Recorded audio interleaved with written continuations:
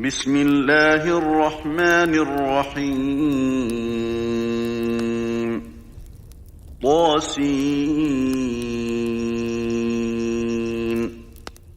تلك آيات القرآن وكتاب مبين هدى وبشرى للمؤمنين الذين يقيمون الصلاة ويؤتون الزكاة وهم بالآخرة هم يوقنون إن الذين لا يؤمنون بالآخرة زينا لهم أعمالهم فهم يعمهون أولئك الذين لهم سوء العذاب وهم في الآخرة هم الأخسرون وإنك لتلقى القرآن من لدن حكيم عليم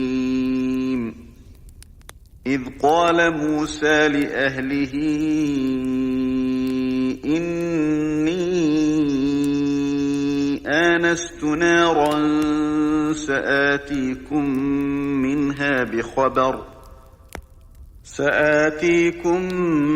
منها بخبر أو آتيكم بشهاب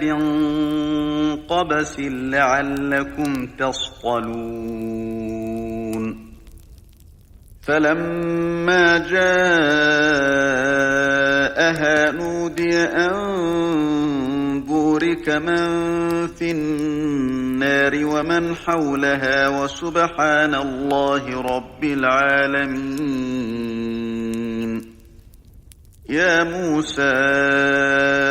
إنه أنا الله العزيز الحكيم وألق عصاك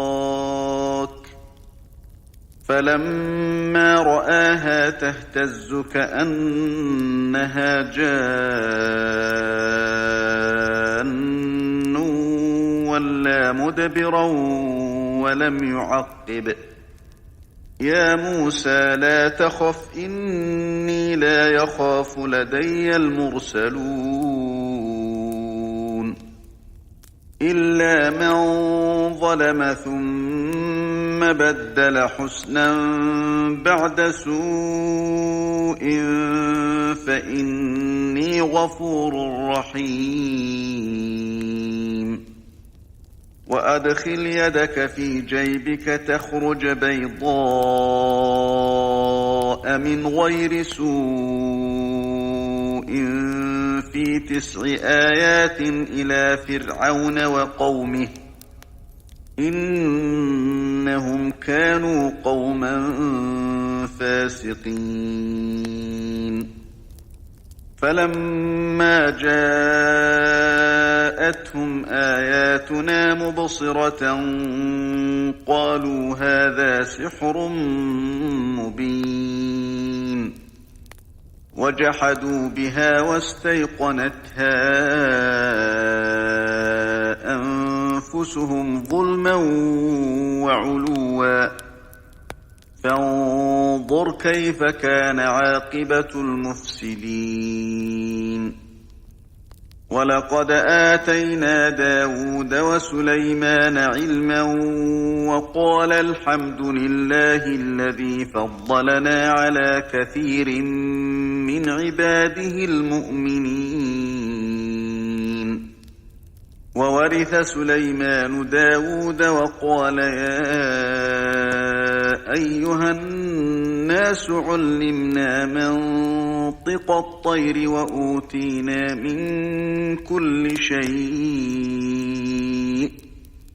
وأوتينا من كل شيء إن هذا لهو الفضل المبين وحشر لسليمان جنوده من الجن والإنس والطير فهم يوزعون حتى إذا أتوا على واد النمل قالت نملة يا أيها النمل ادخلوا مساكنكم لا يحطمنكم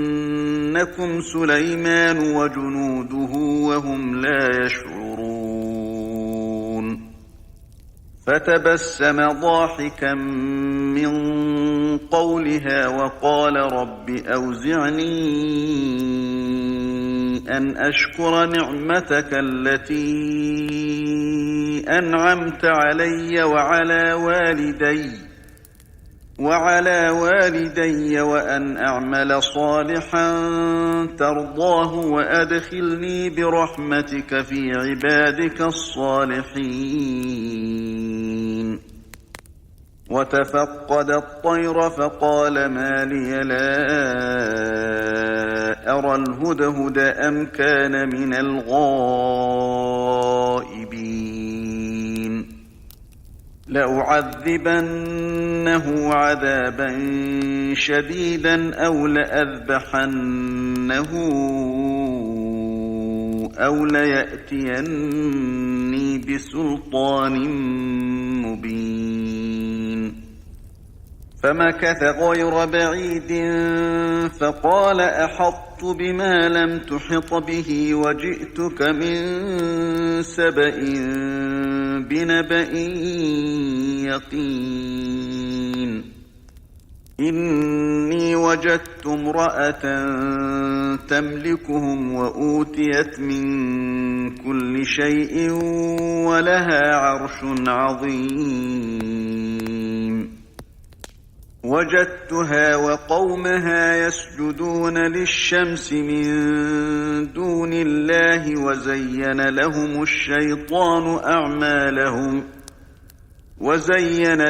الشيطان أعمالهم فصدهم عن السبيل فهم لا يهتدون ألا يسجدوا لله الذي يخرج الخبأ في السماوات والأرض ويعلم ما تخفون وما تعلنون الله لا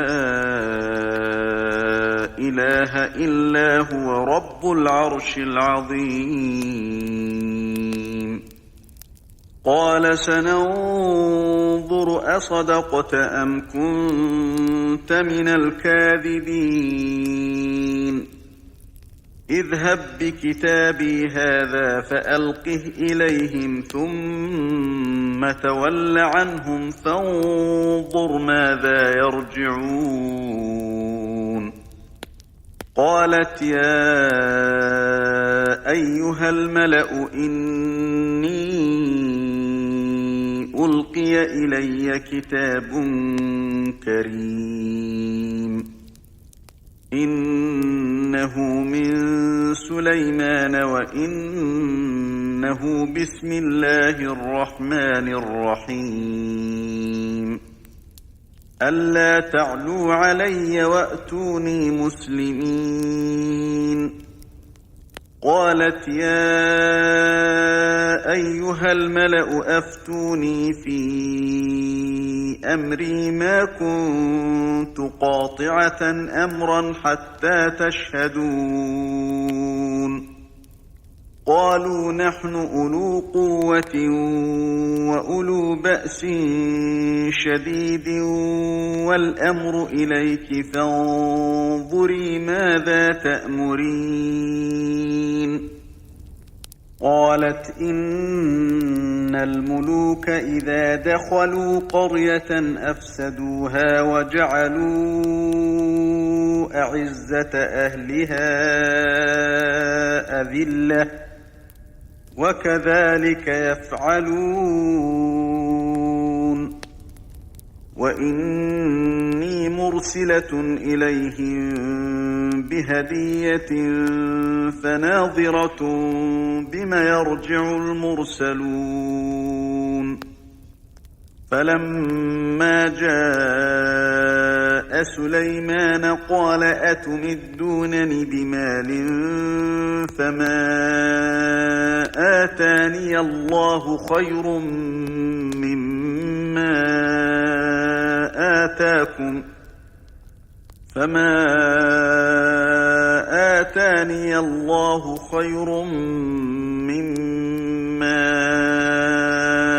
آتاكم بل أنتم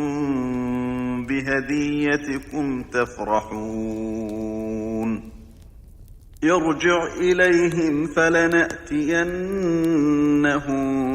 بجنود لا قبل لهم بها ولنخرجنهم منها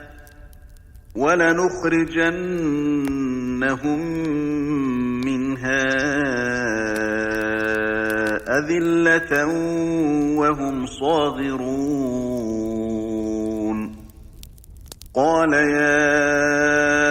أيها الملأ أيكم يأتيني بعرشها قبل أن يأتوني مسلمين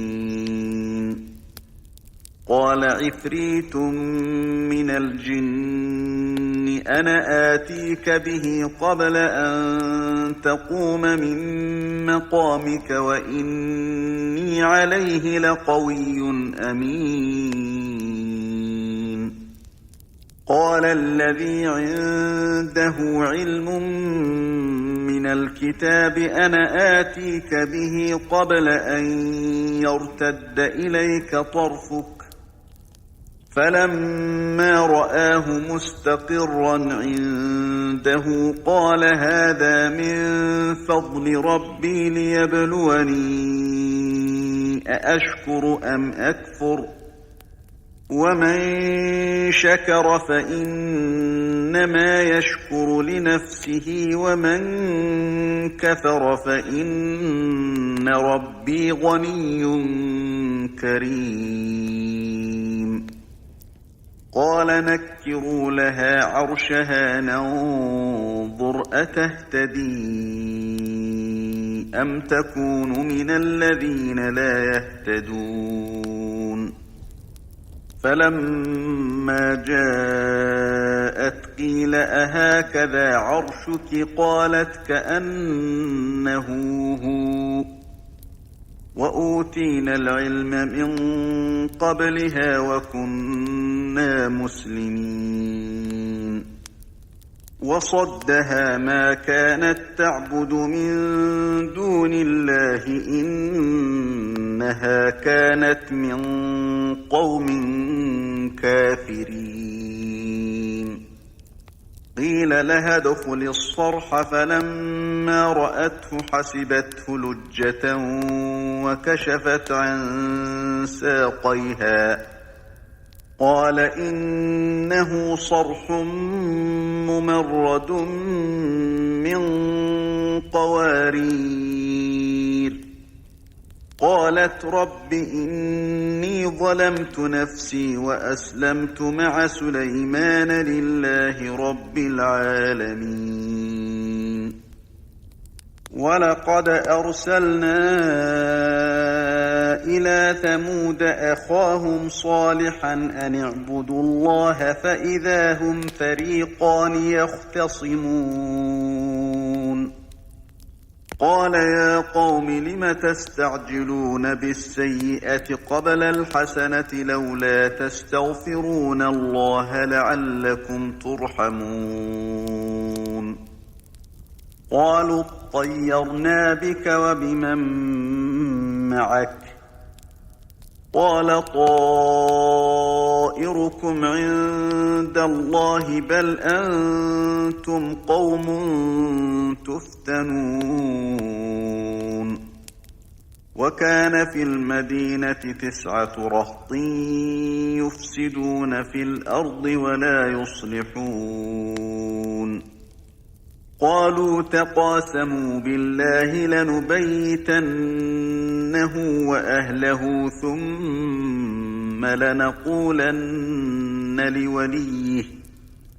ثم لنقولن أن لوليه ما شهدنا مهلك أهله وإنا لصادقون ومكروا مكرا ومكرنا مكرا وهم لا يشعرون فانظر كيف كان عاقبة مكرهم أنا دمرناهم وقومهم أجمعين فتلك بيوتهم خاوية بما ظلموا إن في ذلك لآية لقوم يعلمون وأنجينا الذين آمنوا وكانوا يتقون ولوطا إذ قال لقومه أتأتون الفاحشة وأنتم تبصرون أئنكم لتأتون الرجال شهوة من دون النساء بل أنتم قوم تجهلون فما كان جواب قومه إلا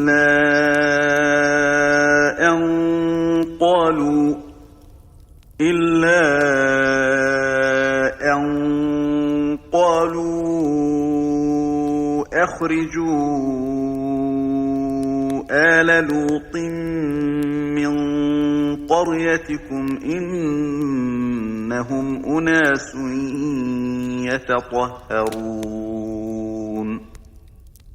فأنجيناه وأهله إلا امرأته قدرناها من الغابرين وأمطرنا عليهم مطرا فساء مطر المنذرين قل الحمد لله وسلام على عباده الذين اصطفى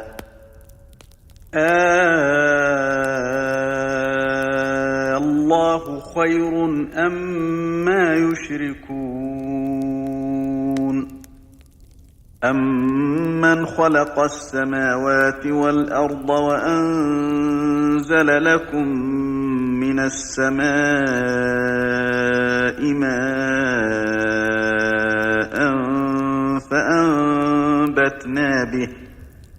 فأنبتنا به حدائق ذات بهجة ما كان لكم أن تنبتوا شجرها أإله مع الله بل هم قوم يعدلون أمن جعل الأرض قرارا وجعل خلالها أنهارا وجعل لها رواسي وجعل بين البحرين حاجزا أإله مع الله بل أكثرهم لا يعلمون أمن يجيب المضطر إذا دعاه ويكشف السوء ويجعلكم خلفاء الأرض أإله مع الله قليلا ما تذكرون أمن يهديكم في ظلمات البر والبحر ومن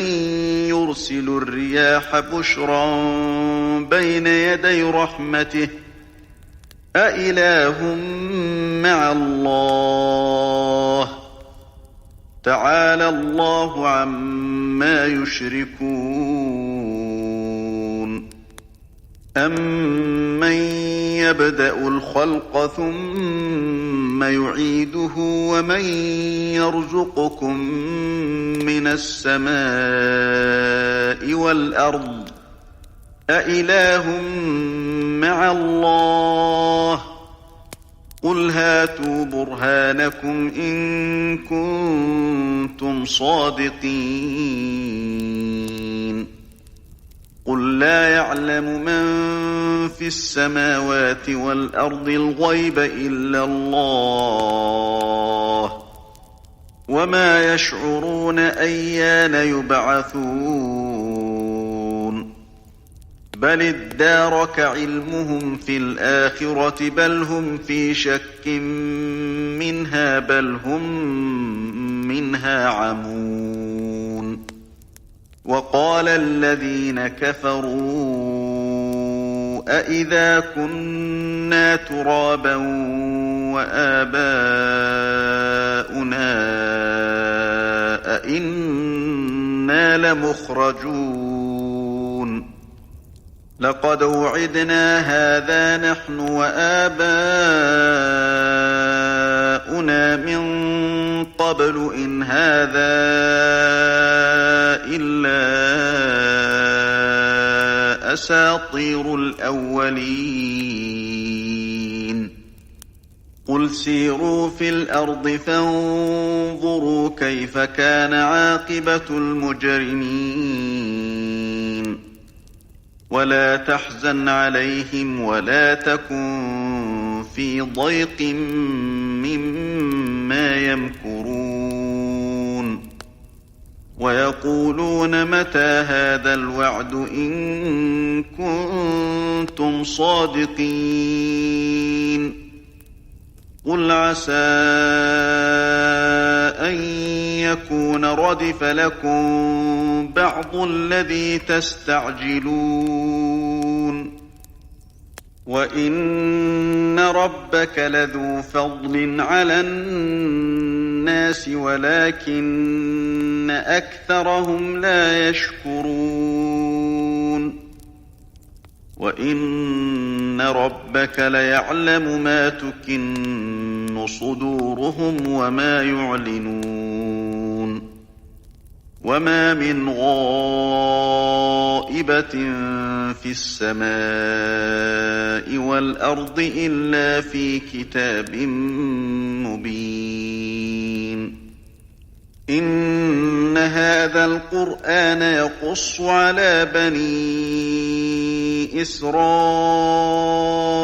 أكثر الذي هم فيه يختلفون وإنه لهدى ورحمة للمؤمنين إن ربك يقضي بينهم بحكمه وهو العزيز العليم فتوكل على الله إنك على الحق المبين إنك لا تسمع الموتى ولا تسمع الصم الدعاء إذا ولوا مدبرين وما أنت بهاد العمي عن ضلالتهم إن تسمع إلا من يؤمن بآياتنا فهم مسلمون وإذا وقع القول عليهم أخرجنا لهم دابة من الأرض تكلمهم أن الناس كانوا بآياتنا لا يوقنون ويوم نحشر من كل أمة فوجا ممن يكذب بآياتنا فهم يوزعون حتى إذا جاءوا قال أكذبتم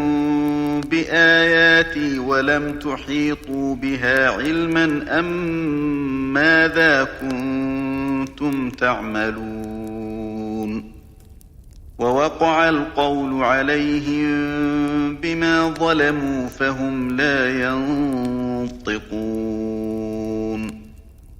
ألم يروا أنا جعلنا الليل ليسكنوا فيه والنهار مبصرا إن في ذلك لآيات لقوم يؤمنون ويوم ينفخ في الصور ففزع من في السماوات ومن في الأرض إلا من شاء الله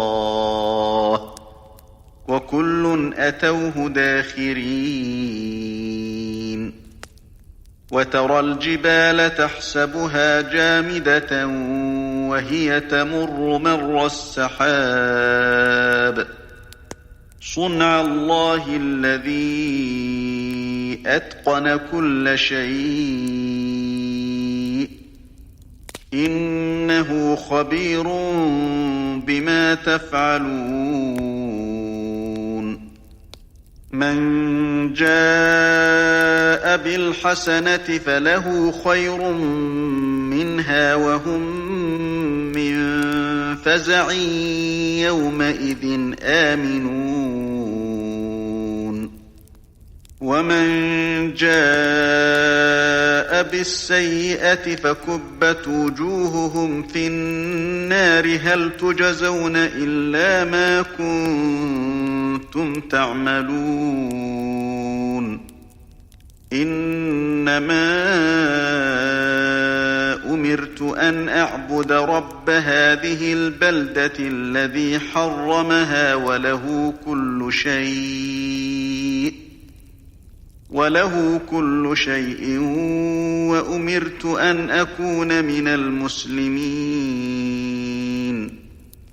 وأن أتلو القرآن فمن اهتدى فإنما يهتدي لنفسه ومن ضل فقل إنما أنا من المنذرين وقل الحمد لله سيريكم آياته فتعرفونها وما ربك بغافل عما تعملون